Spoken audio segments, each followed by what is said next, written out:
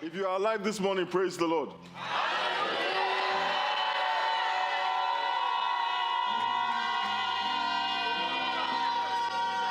Why?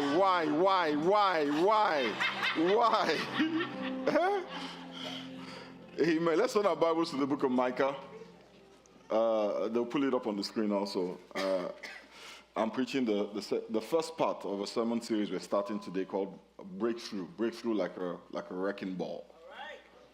Micah chapter 2, I will read from verses 12 through to 13. I will surely gather all of you. Jacob, turn to your neighbor and say, Jacob. I will surely bring together the remnant of Israel. Tell your neighbor, Israel. I will bring them together like a sheep in a pen, like a flock in its pasture. The place will throng with people. Tell your neighbor, throng with people.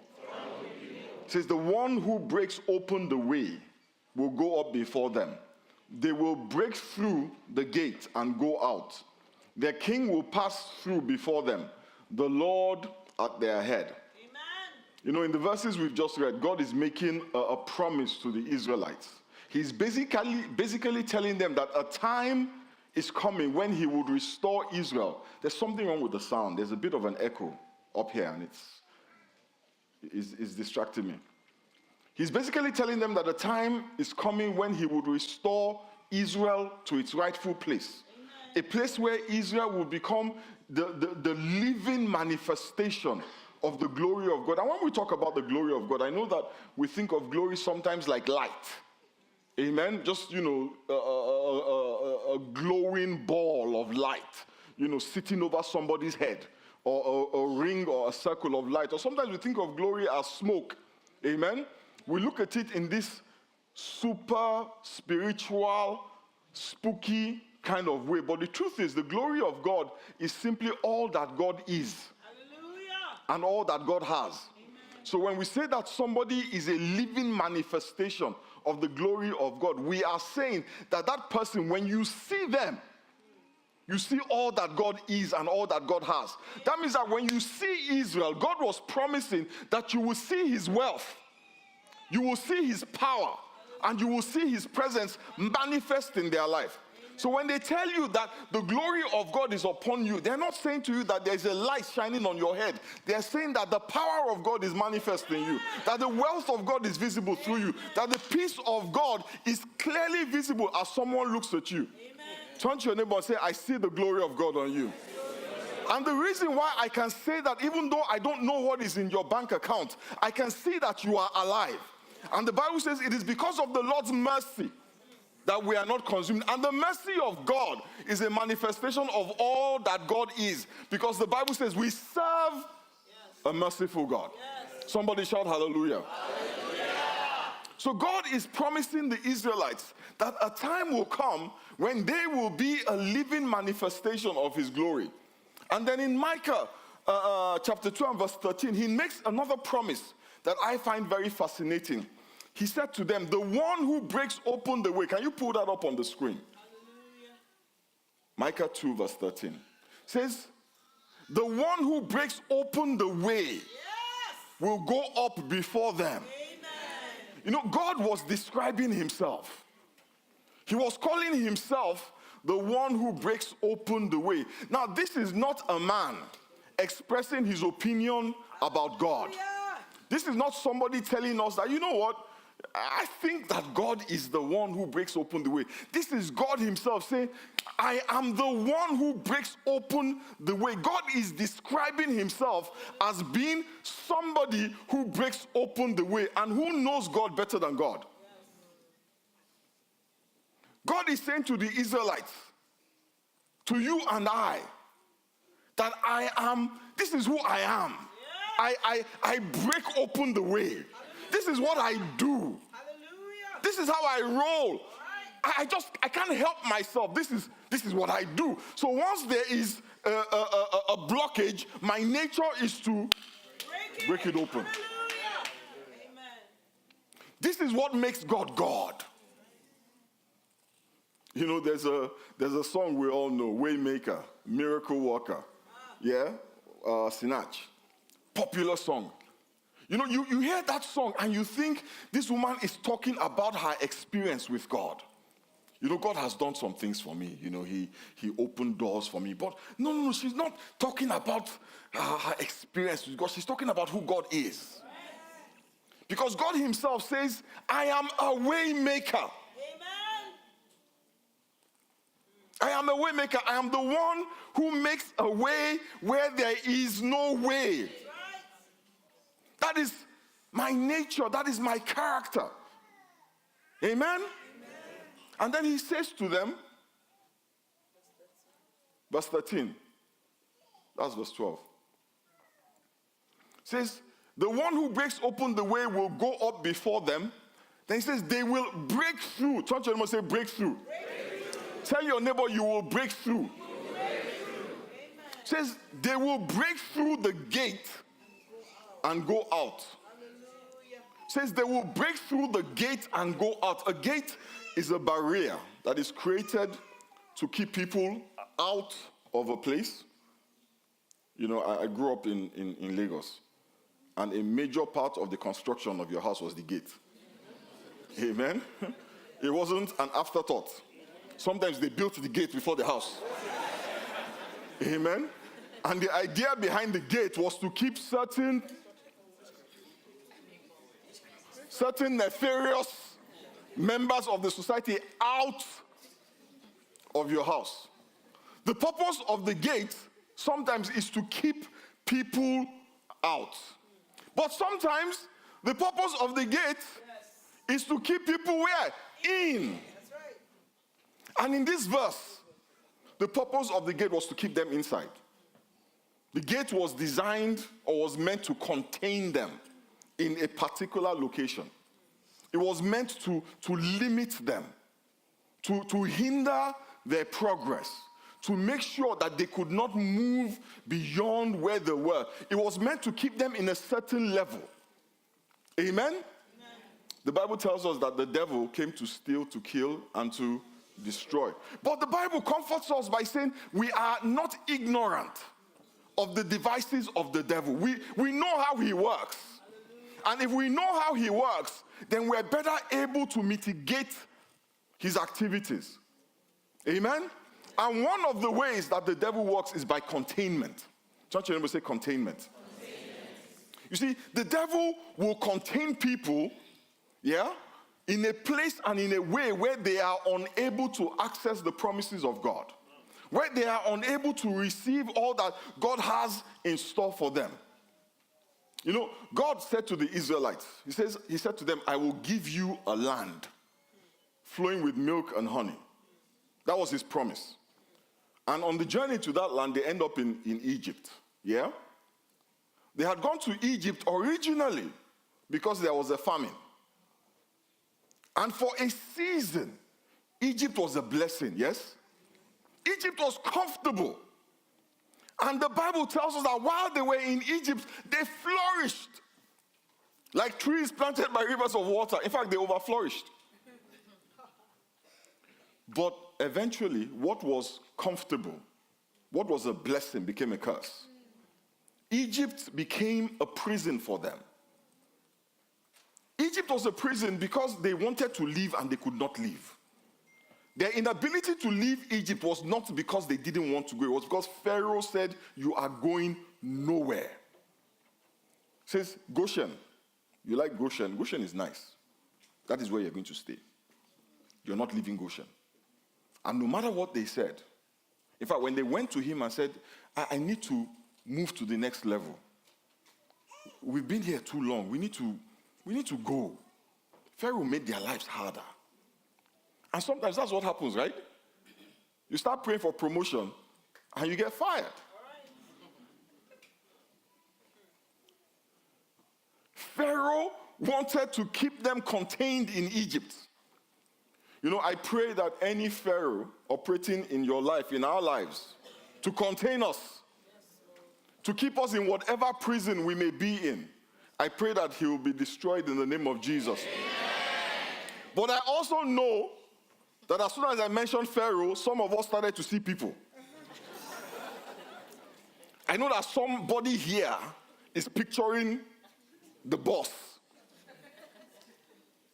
Say, that's my Pharaoh.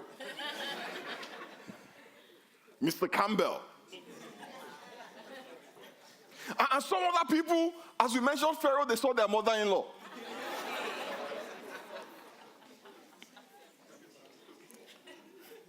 Fall down and die.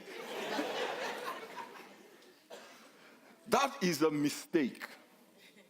Because the Bible says in Ephesians, the 6th chapter and the 12th verse, it says, for we do not wrestle against flesh and blood. Mr. Campbell is not your problem. It says our problem are the principalities. We wrestle against principalities, against powers, against the rulers of the darkness of this world, against spiritual wickedness. Hallelujah. Not in your office or on the boss's seat, spiritual wickedness in heavenly places. Let me show you another story. Zechariah, the 1st chapter, verses 16 to 21. Verse 16 says, therefore, this is what the Lord says. I will return to Jerusalem with mercy. That's promise number 1. Amen. I will return to Jerusalem with mercy, and there my house will be built. Amen. And the measuring line will be stretched out over Jerusalem, declares the Lord. Proclaim further. This is what the Lord Almighty says. My towns will again overflow with prosperity. Amen. The Bible says when they turn the captivity of Zion, when they turned again the captivity of Zion, that means that Zion had been in captivity before. But God turned it again. It says, we were like them that dreamed. Because what God was doing was unbelievable. It seemed like a dream. The impossible becoming a reality. So God promised them. He says, my towns will again, touch your say again. Tell your neighbor, God will again bless you. Says, my towns will again overflow with prosperity, and the Lord will again. Our God is a God of second chances. God doesn't do things one time and say, you know what, I have blessed you once. That's it. If you messed up, I'm not blessing you again. When God blesses you once, he will bless you again and again and again. Says, I will again comfort Zion. I love that word again. It gives me a lot of comfort. Because you see, there are times when you remember what you had. You know, you remember a time when you were happy. And you look around you and you're not so happy. And you're wondering, will I ever be happy again? And God says, again. You know, there are times you remember when you had money. Does anybody know what I'm talking about? When there was money in your pocket, you know what I'm talking about.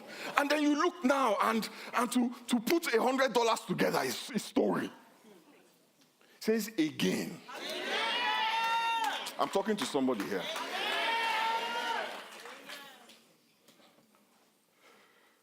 The Lord will again comfort Zion. I want you to prophesy that into your life. Say, the Lord will again comfort me.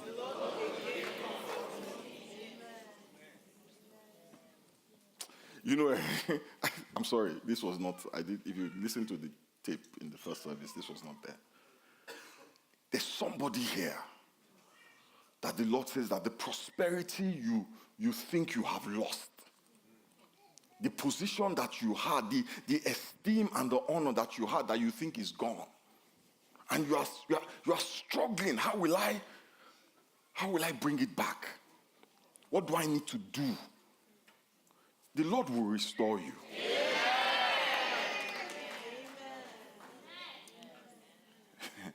If you're that person, shout hallelujah. I'm expecting the loudest hallelujah from this side.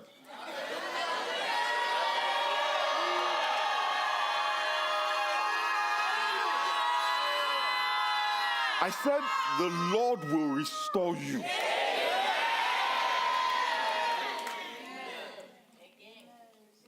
Again. Isn't our God an awesome God? You know, when somebody blesses you and you come back and you say you need more, they're like, Is it only you? In the eyes of God, it's as if it is only you. Amen. When he sent Jesus to the cross, he was thinking about only you. That's right. The Lord will again comfort Zion and choose Jerusalem. Then I looked up, verse 18. And there before me were 4 horns. And I asked the angel who was speaking to me, what are these? He answered me, these are the horns that scattered Judah. Don't you say scattered? Say they scattered Judah, Israel, and Jerusalem. In verse 20, the Lord showed me 4 carpenters or 4 craftsmen. And I asked, what are these coming to do? And he answered, these are the horns that scattered Judah, so that no one, don't your neighbor say no one, so that no one could raise their head. It says, so that no one could raise their head. But the craftsmen have come to terrify them and to throw these horns of the nations who lifted up their horns against the land of Judah to scatter its people. So in verse 16, God makes a promise to Israel. In verse 17, he promises to comfort Zion. He promises to choose Jerusalem, cause the towns of Israel to overflow with prosperity. We must always remember when we read about God's promises to the Israelites that these are promises that God is making to us. Amen? Because we are the spiritual Israel. And some of these promises have been fulfilled. Because Jesus tells us in John 14 and verse 16, I will pray the Father and he shall give you another comforter, that he may abide with you forever. John 14:26, but the comforter which is the Holy Ghost, and we have received the Holy Ghost, whom the Father will send in my name, he shall teach you all things and bring all things to your remembrance whatsoever I have said unto you. John 15 verse 16, you have not chosen me, but I have chosen you and ordained you. Touch your neighbor, say you. Says that you should go and bring forth fruit, and that your fruit should remain, that whatsoever you shall ask the Father in my name, he may give it to you. And then, this is powerful. John, the third book of John, chapter 1, verse 2. The Bible tells us that it is God's will that we prosper. It is God's will that you prosper. Amen. There is no shame in prospering, because it is God's will that you prosper. Amen. Beloved, that's you. Beloved, I wish above all things that thou mayest prosper and be in health, even as your soul prospereth. It says, I wish above all things. In other words, your prosperity is a priority for God. Amen. It says, I wish after, then after. It says, no, I wish above all things.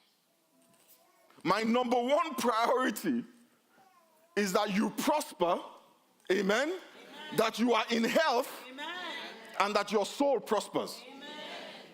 You know, we tell folks in church when we're trying to be spiritual that God is not interested in the size of your bank account. He doesn't care.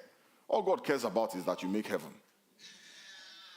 This verse says, I wish above all things that thou mayest prosper and be in health, even as your soul prospers. But I want to be clear, so don't misquote me. The word prosperity is not limited to material wealth. It is a word that speaks of progress and growth, advancement. So when we say that something is prospering, what we are saying is that it is making progress.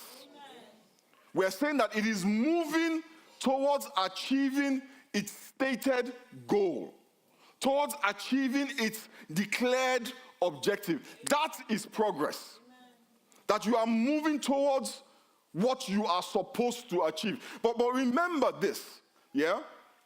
It is God's goal, God's vision that God empowers us to achieve. It says, and we know, we're convinced, we're persuaded that in all things God is actively working, yeah, for good, for everybody. No, he's actively working for the good of those who love him. Amen. And are called, yes, according your purpose. No, to his purpose. So what purpose are you working towards? Right. See, a person who is prospering is a person who is moving towards achieving God's goal for their life. You can have $1 billion in your bank account. In heaven, you're a wretch. No future ambition. Because guess what? You will die. Even if you had $1 billion, you will die. And when you die, you will be like somebody who came out of high school with no plan. Some people have no plan for heaven. What is your plan for eternity? What is your plan for eternity? You know, when I was in high school, I had no, in college, I had a plan in high school. The plan in high school was to get into college. Amen? Anybody know what I'm talking about? Yes. But when I got into college, there was no plan. It was, this is college and I will die here. and let me tell you what, I worked very hard to die there. I'm serious. I was like a billionaire in college. There was no party that I missed.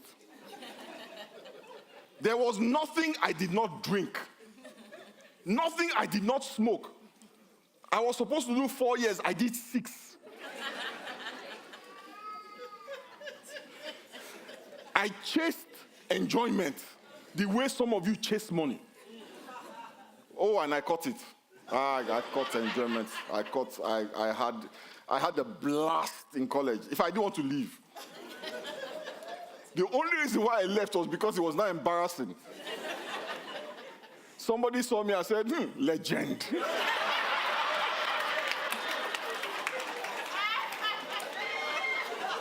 When your nickname becomes legend and phenomenon, not because of anything you did, but because of your longevity in the wrong place, you are doing something wrong. It's time to go. Oh, no. I lived college. But guess what? I had no plan for after college. I had friends who, while we were going to party, they were studying. In fact, there was one girl I remember. I chased this girl, She will go for interviews to get internships. And I'll be waiting in her room to go to party.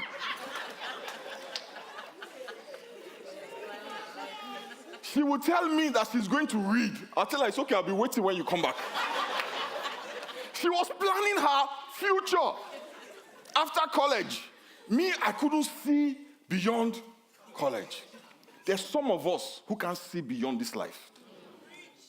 So we're working very hard to succeed in this life. But after this life, what next? Not 1 cent will go with you. You know, a bunch of us came out of college. Chief of this club, head of this confraternity, the head bouncer at all the parties, came out of college. Listen, and guess what? We couldn't get a job. No, but seriously, some guys actually thought that they would get there and put ABC chief. I was at Ikomo's party, Babangida's party. Nobody gave...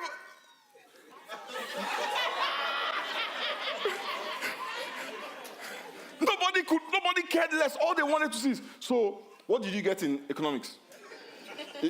What? And that is how some of us are thinking. You think you're going to get to heaven and there's going to be a line. All the people who were driving Range Rover, stay on this side.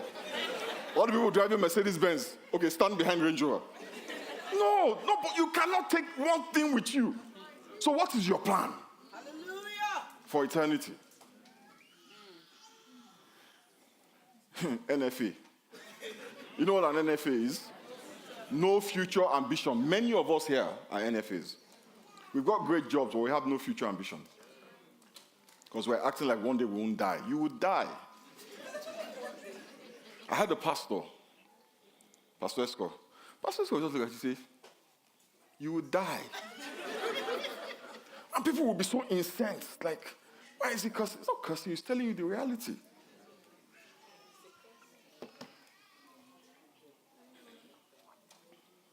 What is your goal? What is your goal? Prosperity is defined by the movement towards a goal. So the verse we have read is basically saying, beloved, I wish above all things that thou mayest make progress toward your goals. Be in health, even as your soul is making progress towards God.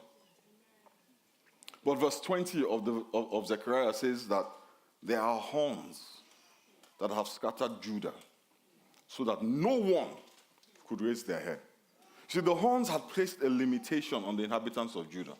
The horns basically were saying, thus far you can go, and no further. This level is where you stop. Senior manager is okay. Vice president, no. You can have a car, but that's it, no house. You can get married, but no children. You can get a job, but no promotion.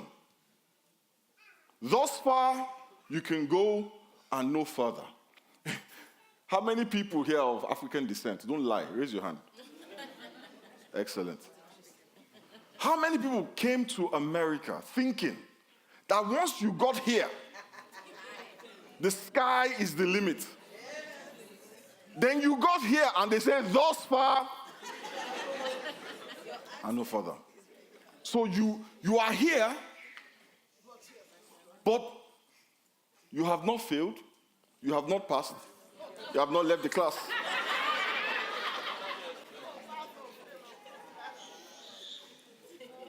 The horns placed a limitation on the inhabitants of Judah. The Bible says, so that nobody could lift up their heads.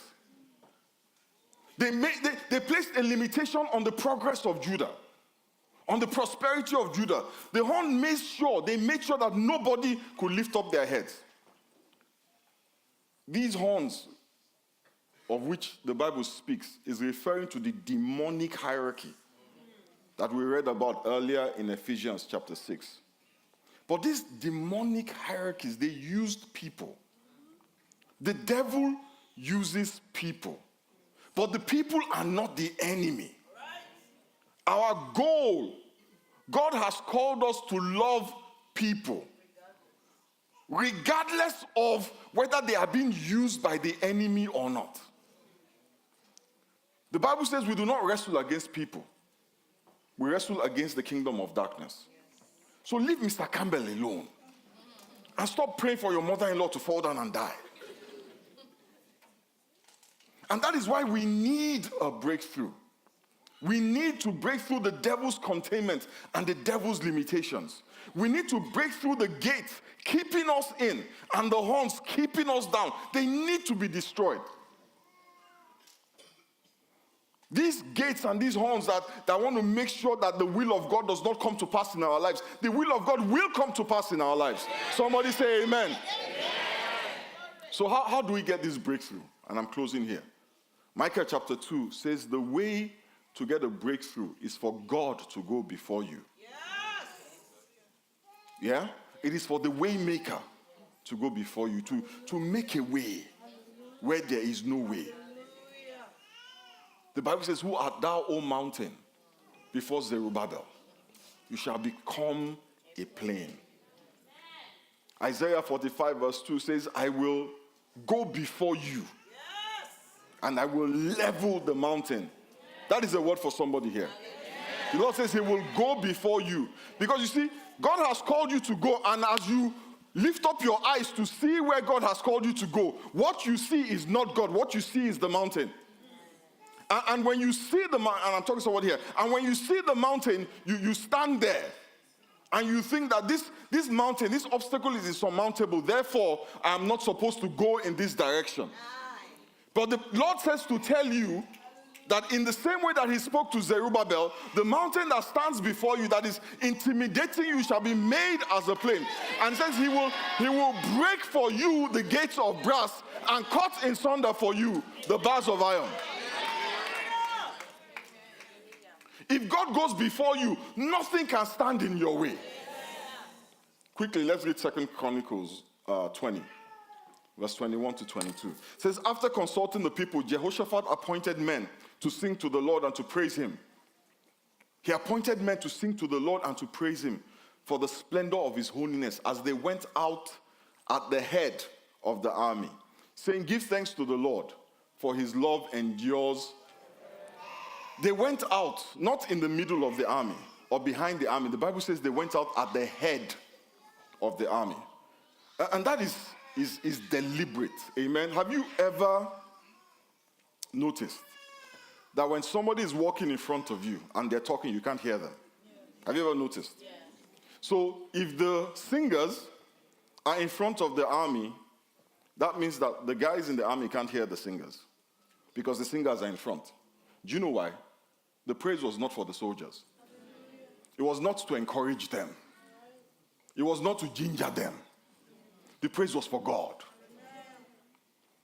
God is good. No, his mercies endureth forever. That's what they were saying. His mercies endureth forever, over and over and over. And the Bible says in verse 22 that as they began to sing and praise, the Lord set ambushes against the men of Ammon and Moab and Mount Seir who were invading Judah, and they were defeated. The praise was for God. And because they were praising God ahead, the Bible says God went before them. Amen. And he defeated their enemies. God will defeat your enemies. Amen. Somebody say amen. Amen. But I'm not giving you a formula. Amen. I am not giving you what? A formula here. Jehoshaphat had a revelation. A prophecy came from God and told him what to do. And he did it. In the church, we like formulas. We love formulas. 1 + 1. Give your offering on Sunday, not on Wednesday. And we love formulas. We love formulas because we don't know how to build a relationship. We rely on formulas because we want the blessing, not really the person. So just give me a formula. This relationship stuff is too much trouble. So, Pastor, give my tithe, give my offering, do praise and worship. I'll get the blessing. That's what we like to hear. We get, all of this relationship, prayer. Give me formulas. But God has called us to relationship, not formulas. Not formulas. We have so many things in our head. What we need is the person. God gave Jehoshaphat specific instructions for his situation. Jehoshaphat prayed to God. You know what he said? He said to God, we do not know what to do, but our eyes are on you. Yes, Lord. We do not know what to do. That should be our prayer in whatever situation we're in. I don't know what to do, but my eyes are on you. And the Bible says that they stayed there until God spoke to them. Some of us need to stay there. Yes. I don't know where there is for you, but some of us need to stand there until we hear the voice of God telling us what to do. Jesus Christ, listen, healed people in different ways. Sometimes he will touch them. Sometimes he will tell them, go and be healed. Sometimes he even would mix spit and mud and cover their eyes with. Sometimes he will tell people, loose them and let them go. He was constantly hearing from God. And for every situation, he received a word for how to handle it. Everybody he met, he didn't put spit and mud in their eye. That's what we want to do. What's the problem? Spit and mud. They stood there until the Lord spoke to them. God spoke to him because God recognized his voice. God knew his voice. How many the mothers? Something very interesting I noticed. Bring all the mothers together, all of them. Put them somewhere, like all of them are there. Then take all their children away. Put the children in a room. And then one child starts to cry. Now ask the guys, who is that child? I don't know. But the mothers, I've seen this happen so many times. One of them will just get up, say, that's my child. And I'm thinking, how do you know? Am I lying? Because the mothers know they know the voice of their child. It doesn't matter how many children are crying. They know. Yes. I've heard Lorade say, that's Sophia. How do you know? No, PF, that's Sophia. I should come back with Sophia. Water pouring down the girl's eyes. And that is how God recognized Jehoshaphat's voice. There were many people crying. But God said, no, that's my boy. That's my son. Hallelujah. He recognized the voice of Jehoshaphat in the midst of the multitude. Hallelujah. Will God recognize your voice? Will he be able to single your voice out and say, that's Femi? And that happens only because Jehoshaphat had a relationship with God. Do you have a relationship with God? Have you accepted that Jesus died for you? That his blood was shed for your sins? Because that is the basis of a relationship with God. I know you've been a Christian for a long time. You were born in a Christian family. No. There has to be a day and a time when you said with your mouth, I accept that Jesus died for me. Your father's faith will only take you thus far. It will not save you. You have to accept by yourself. You have to be able to say in 1995, in 2015, I accepted that the sacrifice on Calvary was made for me. Pastor Adeboye says the fact that you were born in a bakery does not make you a loaf of bread. The fact that you were born in a Christian home does not make you a follower of Christ. The fact that you were born in a garage does not make you a car. The fact that you've been hanging out with cars does not make you a car. Hanging out with Christians does not make you a Christian. What makes you a Christian is that you said, one day, I accept the sacrifice. And that is what Jehoshaphat did, and that is why God recognized his voice. If you haven't ever done that, you must. You must, if you want God to hear your voice. You know, this morning we're going to pray. We're going to pray. I believe there's an unction in this house. There's a grace here this morning. The God who makes a way is here. If there's anybody here who feels like they are being contained, who feels like they have remained in the same level for too long, you've been single for too long, you've been in the same job for too long, you've had the same position for too long, your finances have been the same way for too long. If there's anybody here who feels they've been contained, who feels they've been limited, then we're going to pray. I'm going to pray for you. But before I pray for anybody this morning, if you have never said that prayer, I accept the sacrifice of Calvary, that is the prelude to any prayer. Because without that, you're just talking. God is not hearing you. God is not hearing you. So this morning, I want everybody to bow their heads and close their eyes so that people have the privacy of this moment to say to God, I accept that you died for me. I accept that your blood was shed for me. There's so many here who were born into Christian homes and who assume Christianity for some of us has become tradition. We've been doing this since we were children. We can't imagine Sunday not being in church. It's become a way of life, but it is not the source of life. This morning, if you've never accepted Jesus, I just want you to raise your hand and put it down. I'm not going to bring you out to the front, but I need you to say to God, I accept that your blood was shed for me. I accept that you died for me. Thank you, Father. Thank you for your son. Thank you for your daughter. Thank you for the hands that are raised to you this morning. Hallelujah. Father, we thank you for your children. Father, as they raise their hands, Father, we know that they raise those hands to you.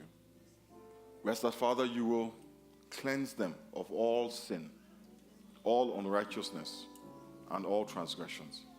We ask, Almighty God, that behold, everything will become new, even as old things pass away. We give you praise and we give you glory. In the mighty name of Jesus, we pray. Amen. Now we're going to pray for everybody who feels contained, limited, who feels that they've been in the same place too long. I want you to just raise your hand quickly. Just raise your hand quickly. Stand on your feet. Stand on your feet. Don't be shy. Don't be shy. Stand on your feet. You've been in the same place too long. You want to move to the next level. But no matter how hard you try, sometimes it's like you're hitting a brick wall. Hallelujah. Now I want everyone else to stand up. Let's stand up. Everybody stand up. Let us pray. Hold hands with the person standing next to you.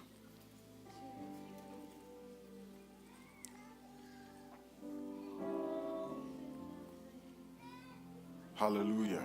The Spirit of God is here powerfully today. It's like a river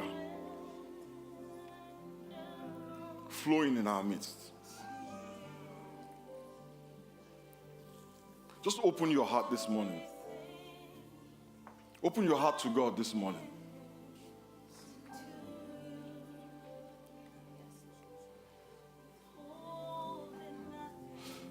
Father, we thank you for your children who stand. The Bible says that even the lawful captive shall be set free, shall be delivered. The Bible says that the gates of the prison, they opened of their own accord. Father, I pray for all your children here that you will cause the gates to open for them. Amen. Father, come and break the gates of brass. Amen. Come and cut asunder the bars of iron. Amen. Lift up your head, O ye gates, and be ye lifted up, ye everlasting doors, that the King of glory may come in. Every gate limiting you, containing you, I command it open in the name of Jesus. And every horn keeping your head down, I call forth the carpenters of heaven to terrify them now in the name of Jesus.